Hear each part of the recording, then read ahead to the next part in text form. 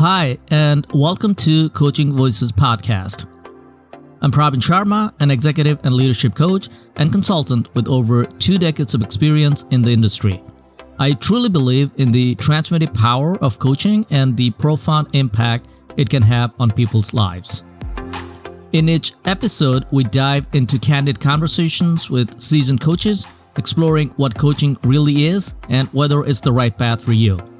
Together, we uncover how you can unlock your full potential and step confidently into leadership roles within your organization.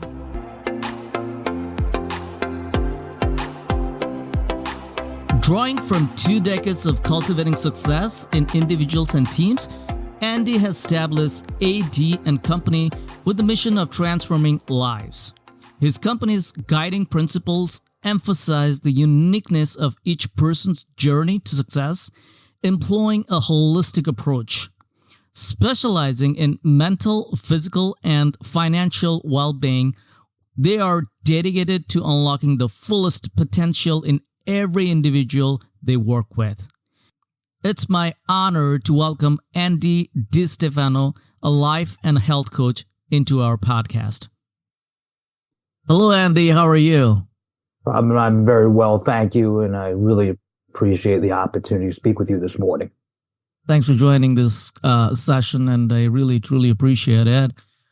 Just to begin with, let's talk about your journey. How did you get here? It's quite unique. I had spent 20 years of my life in higher education. I was a college basketball coach, a college professor, and then a college administrator. With recent decline in enrollments, landscape of higher ed really has changed, and I found myself in a very unique position when that career was coming to an end. When I first decided that it was time to make a change, I wanted to use my entrepreneurial passions, and I started looking at small businesses that I could operate and run. And I felt that e-commerce and particularly the area of CBD was an avenue I wanted to pursue. After looking at acquiring already established businesses, there were a few opportunities that had fallen through. I branched out on my own and launched my own company. That took several months in terms of the technical aspects of getting LLC set, merchant processing, banking, the whole gamut of the organizational structure along with sourcing product. After spending 6 months of my life doing that, as well as some consulting work, I felt that the business would be operational with not an overextended period of my time committed to that every moment of the day. And that launched into, at my age, what else can I do? And I look back at certain skill sets that I have and a certain calling that I was looking for. And that has always been from the time, of childhood, is assisting others and bring out the best in them. And I said, what can I do with that? So coaching and consulting seemed like a very good fit for me at this point in my life. But with that being said, I started looking at branching into that career. Although it's something that I've done for most of my life, I wasn't doing it formally. And I said, how can I get better at this?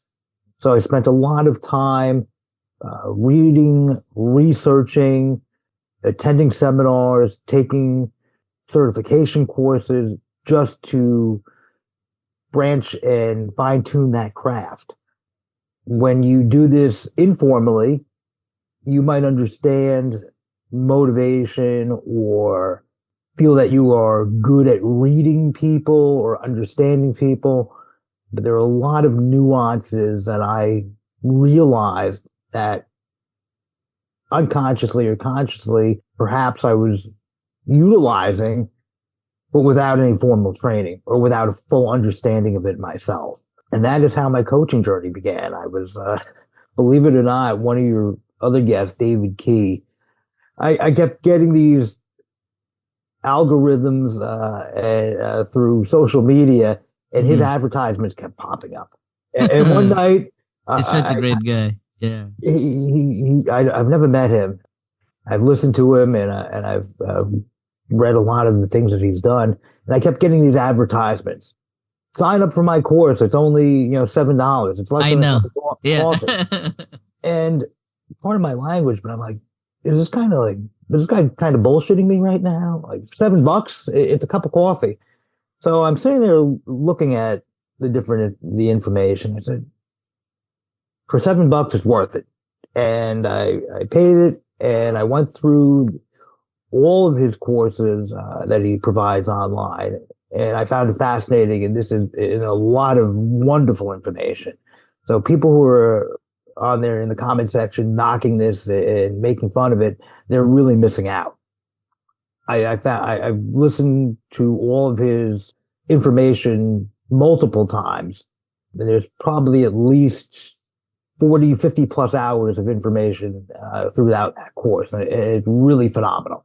So just to give him a plug on this, but that's where this began. And then I started applying for contracting roles with other companies, and Okay. some of them will even, provide some training through their onboarding process, whether they hire you or not. I decided that I have desired to help people in all areas. I went back and, completed my health and wellness certification and dove into some other courses with personal finance, as I find all these things are interrelated. Your health, mentally, physically, emotionally, as well as financially, they all tie in together, and they play into this space very well in this profession. So not to be wanting to be a jack of all trades, as most people will tell you, find your niche, find your niche. However, it's all interrelated. If your health is not at a optimal level, you're probably not thinking about how you can develop as a professional in your own career. If your professional life is not going well, it's most likely hurting your financial life, as Hmm. well as your personal life, in your relationships with others. So I find most times all these are interrelated. So the better versed I can be in all of these aspects and areas, the better I am to assist, those who need guidance the most. Yeah, absolutely. And I second the thought too, is health is wealth, So if you keep good health, then the wealth will come there, right? I love David Key. He was our first guest in the podcast, and I learned a lot from that guy as well. Like you said, about $7. He also does the newsletter. So if you want to subscribe to the newsletter, that's also one of the good things. Andy, you do have an inspiring story coming from teaching into the coaching. You mentioned about your CBD as well. I wanted to delve into that CBD. Mhm. You mentioned that you provide health and wellness coaching as well as the personal finance. Is that your coaching practice pretty much is in? Personal finance, mental performance, and professional and personal development, as well as health and wellness, as I Okay. find them all interrelated. Okay. Um, And you you know, mentioned about certification as well. What kind of certification do you possess at this time? I am certified in health and wellness. I will expand that by sitting for a national board exam.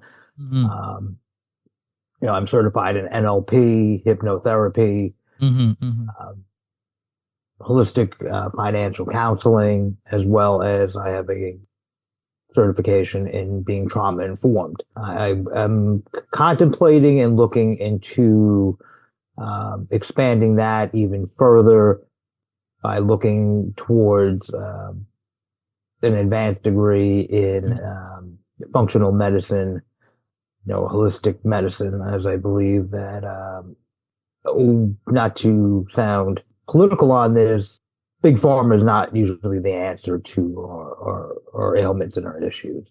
There's a lot that can be done through lifestyle change and through what we are consuming in our foods, in our in what we use in our the products that we use. So I am contemplating diving into that space a little more.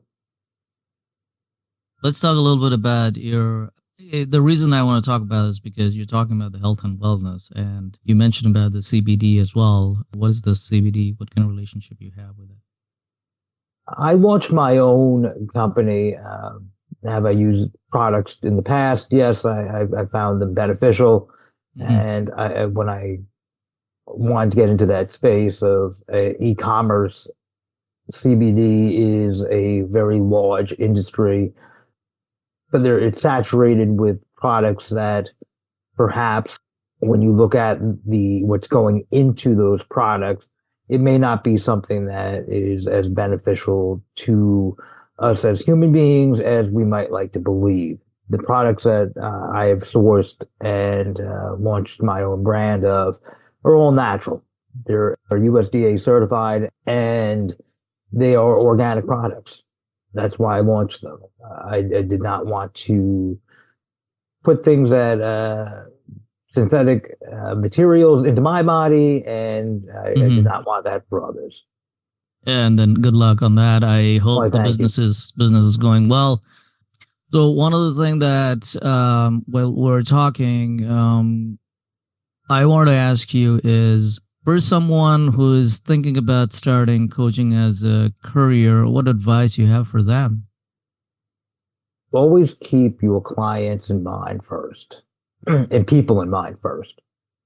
I find that if your main goal is to make a lot of money or just gain a lot of clients quickly, those are some of the pitfalls. The challenge is there are a lot of people who need coaching, and finding the right fit. There are people that have contacted me, and after a 30-minute consultation, we both mutually realize that there's probably a better fit for them and there's a better fit for me. At first, I think I would take that personally. And now if you really keep the goal as I'm here to guide people the best for their best results, you will find that you will attract the right people and there's a fit for everybody. My goal isn't to have 150 clients and have a 8-figure coaching business. Would all those things be nice? Absolutely. I wouldn't turn it down. I keep in perspective why I got into this, and that is to help people perform to the best of their abilities and live their best lives. That's a great thought. What I also realize is, people go into the business, like I said, in the beginning, people try to take it very personally. They find clients and the client doesn't want to go along with them. They felt like disheartened. They did not want to continue this. At the same time, there is also one other possibility is that they spend tons of money in getting the certification. From ICF.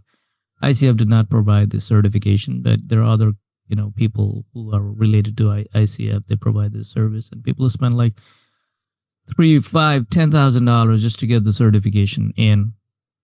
Once they get the certification, the next venture is to find the client.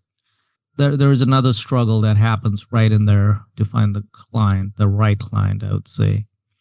What advice you have for them who are in the coaching business, but they're struggling to find the client, whether or not you had similar story that you can relate to?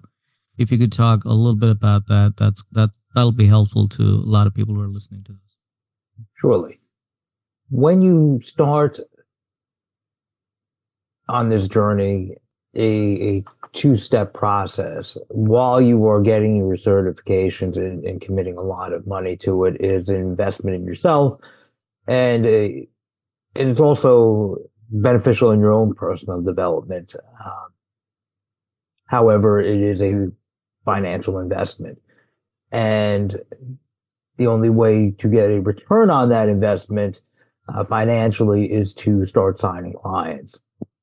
There are a lot of businesses out there and resources that aren't that much to do or that much of a commitment financially to attract clients. There are several platforms out there where you can create profiles, promote your packages, and with little financial commitment to that type of advertising and client generation. One thing I found helpful is creating a professional website and page.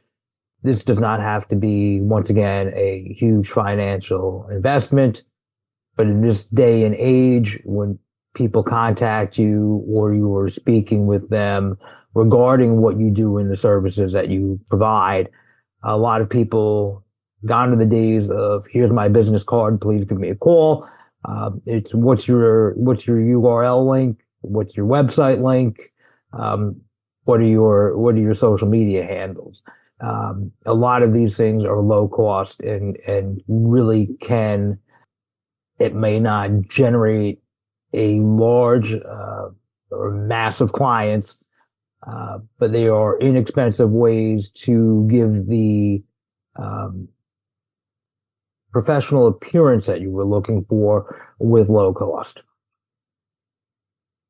Instead of committing to services where they guarantee for, $10,000, they will send you, 20 leads a month. Right. Yeah. And then I strongly caution people to be very careful when somebody approaches to you saying that, I'm going to take your coaching business to a stratosphere. I'm going to do 10x revenue generation. So just be watchful to those I would not call it a scam. I would call it as just be careful. There is some legitimate aspects to that. Providing lead generation, there are people who specialize in that. Yes, I wouldn't call it a scam, but that's how they're making their money, by getting people who are looking for leads and clients to pay them. So it is a service that they provide. I'm not going to knock that service. There are some very good companies out there. I don't know if that's necessary to generate a successful business, though, through those lead generations, especially starting out. You've been in this journey for a while. What has been the most rewarding aspect that keeps you going into this journey as a coach? The most rewarding aspects are the areas that I've seen throughout my entire life of the joy of helping others and getting them to a point where they reach their fullest potentials and helping them to unlock some areas of limiting beliefs that they might have. And just that aha moment that people have when you're drawing out a challenge or a barrier that they have that might be inhibiting their fullest potential, and it all of a sudden it just clicks, and you just can see that shift, that they finally get it and they know how to deal with it and handle it and overcome it. I think that those moments make it all worthwhile. Thanks for sharing that, Andy. And you're in a leadership position. You're a CEO of the company that you run. What are some of the most valuable leadership lessons you've learned throughout your career? And in your role as a CEO, how do you apply those principles that you learn during this time? There are a lot of different aspects, a lot of different aspects and a lot of different lessons that I've learned from my time in multiple leadership positions. A few gems or key takeaways. and things that I've realized that maybe I could have done better, or things that I've done well at are, number one, you need to be a disciplined person yourself. If you're expecting others to really captivate a mission and want to pursue their goals, you need to be a focused and disciplined person yourself and have goals, personal, professional, or whatnot. And you need to really focus on those and also be willing to, put time, energy, and effort into accomplishing them. Number two, leadership is about the people that you are leading and not yourself as a leader. There are people that I know who are phenomenal leaders, in terms of when you look at their training, their experience, the education, the time that they've put into, theory, but in actuality, they aren't as successful because of the fact that they are putting themselves as, I'm an excellent leader, as opposed to looking at the people that they're leading and what is best to, make those people successful. Once you make them successful, you will be viewed as a successful leader, as opposed to, I have this training, this experience, the knowledge, and I can spout out theory. And lastly, life is about balance. Balance and doing things that you have an interest and passion in too. It's not just simply about working or career advancement or numbers in your bank account. All those things are nice. All those things are beneficial to survival. But with that being said, there are areas of your life that find something you're passionate about, do it, enjoy it, find that balance between career success and personal success. Work-life balance. Very much so. And I was guilty of that, as many other people, for a lot of my life, where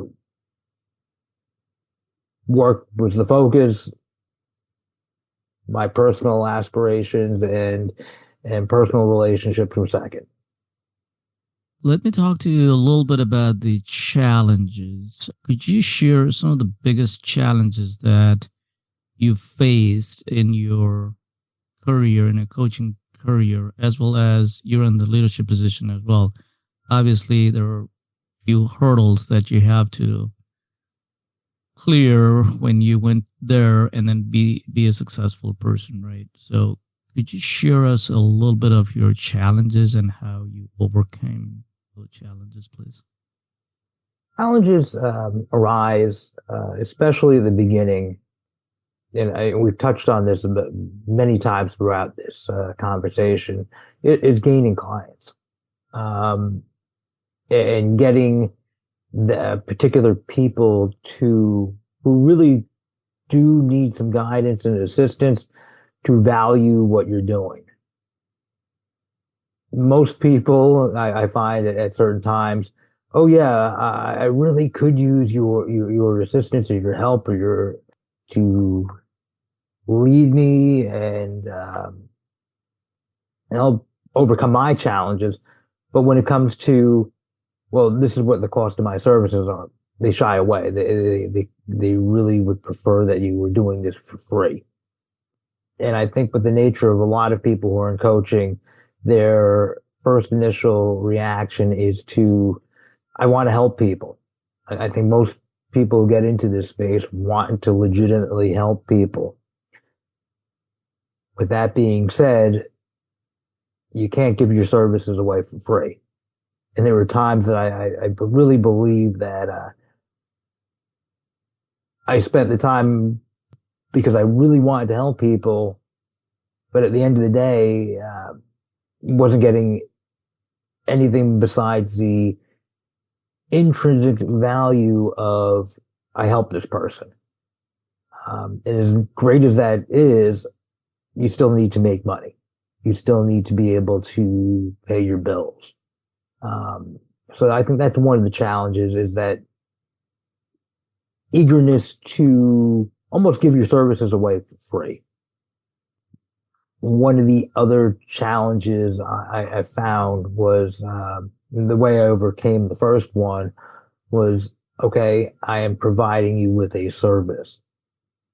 It's no different than if you went to a physician, if you went to a mechanic, or you went to an attorney or an accountant. You're going to somebody who has a particular skill set and expertise, and you're asking for their assistance. So it's no different, to me when somebody wants to, develop or has a challenge of their own that they would like to overcome. They're coming to me in a space, of requiring a skill set I might have to assist them. So I think there's you have to come to that medium of, yes, I genuinely want to help people, but at the same time, you still need to be able to, pay your own bills. So that's a challenge in itself. Some of the other challenges, once again, when you have multiple companies, I'm not sure if every other coach has multiple companies, it's balancing between being a coach or a consultant in that role and that work, as well as being able to manage your own company. You still have to make sure that the paperwork is correct, that you are filing tax forms on time, you're keeping up with licenses or certification processes, making sure the bills of your own company are being paid and paid on time. A lot of that can be handled using automated systems. However, there's the aspect of being, especially if you're a smaller startup,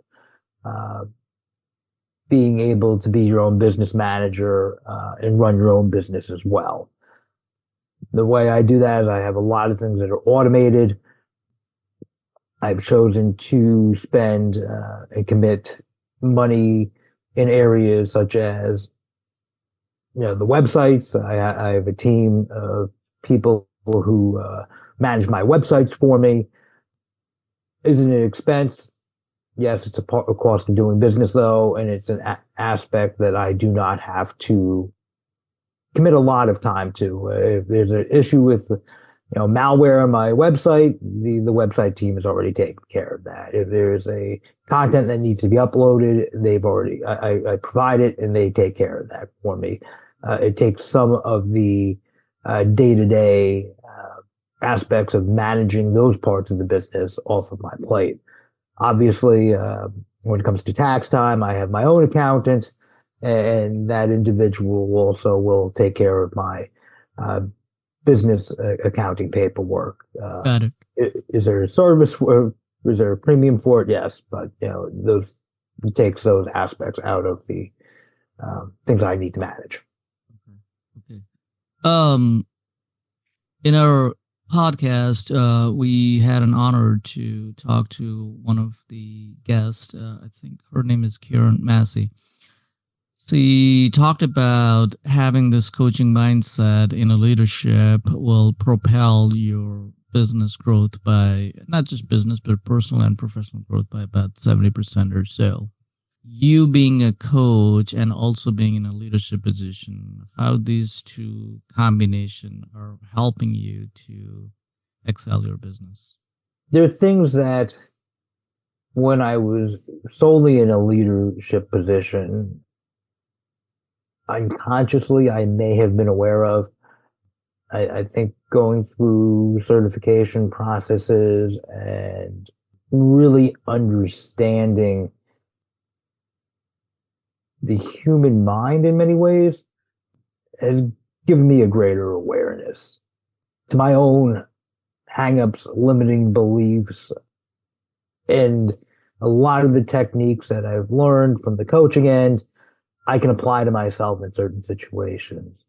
In one of your podcasts, and I keep referencing it with David Key, he was mentioning that he even has people that he goes to for coaching. Yes, I work with people who have helped coach me. It just adds to greater awareness of your own self. And that can help in making you a more effective leader because you have a better understanding of yourself. Whether it's something that you have to overcome and work on as an individual, these are all beneficial in making you the most effective leader too, because you're developing your own personal development. And therefore you can also understand and help others as well in the role of being a leader. Got it. We're come towards the end of this conversation. I would like to offer you this time to talk about something that you felt like, well, I wanted to express myself, but didn't get a chance, or the question were not asked towards it. Please feel free to take this floor, and thank you so much for being in our show. Oh, I really appreciate this opportunity. It's interesting. Years ago, I started seeing a woman who was getting into this space. And if you were to ask me 10 years ago, I would probably snickered at this idea. Or, who needs coaching? Who needs a life coach? Who needs, a wellness coach? I even thought that with my own, time, when I was working in higher ed to save some money on health insurance premiums. You had to be or speak with a health and wellness coach, 3 times a year just to, get some money off your premium. And I really, at that point in stage of my life, I kind of discredited that notion. I don't need this, or I'm healthy enough, or who do this is psychology. I don't need any of this. And I was very wrong about that. And perhaps it prohibited me from being the most effective person I could be at that point, whether I was in a leadership position, whether I was a position of being a friend or a family member, or even my own health and wellness at that point, and reaching, the levels that I would like to have reached.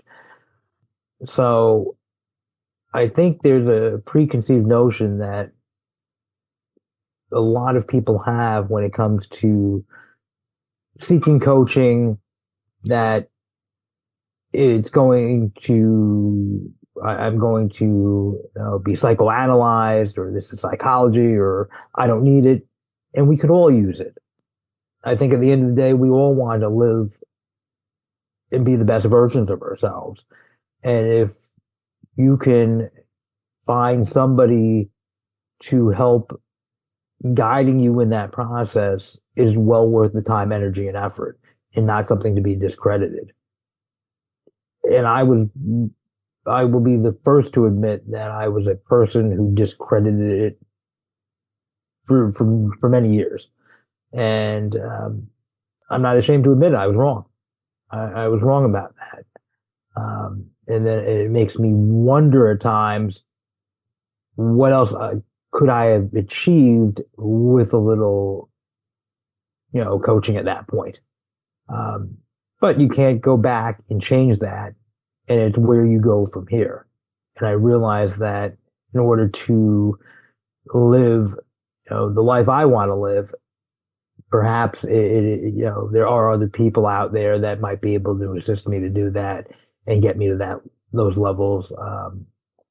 And that is a limiting belief that I had. And, now I really don't.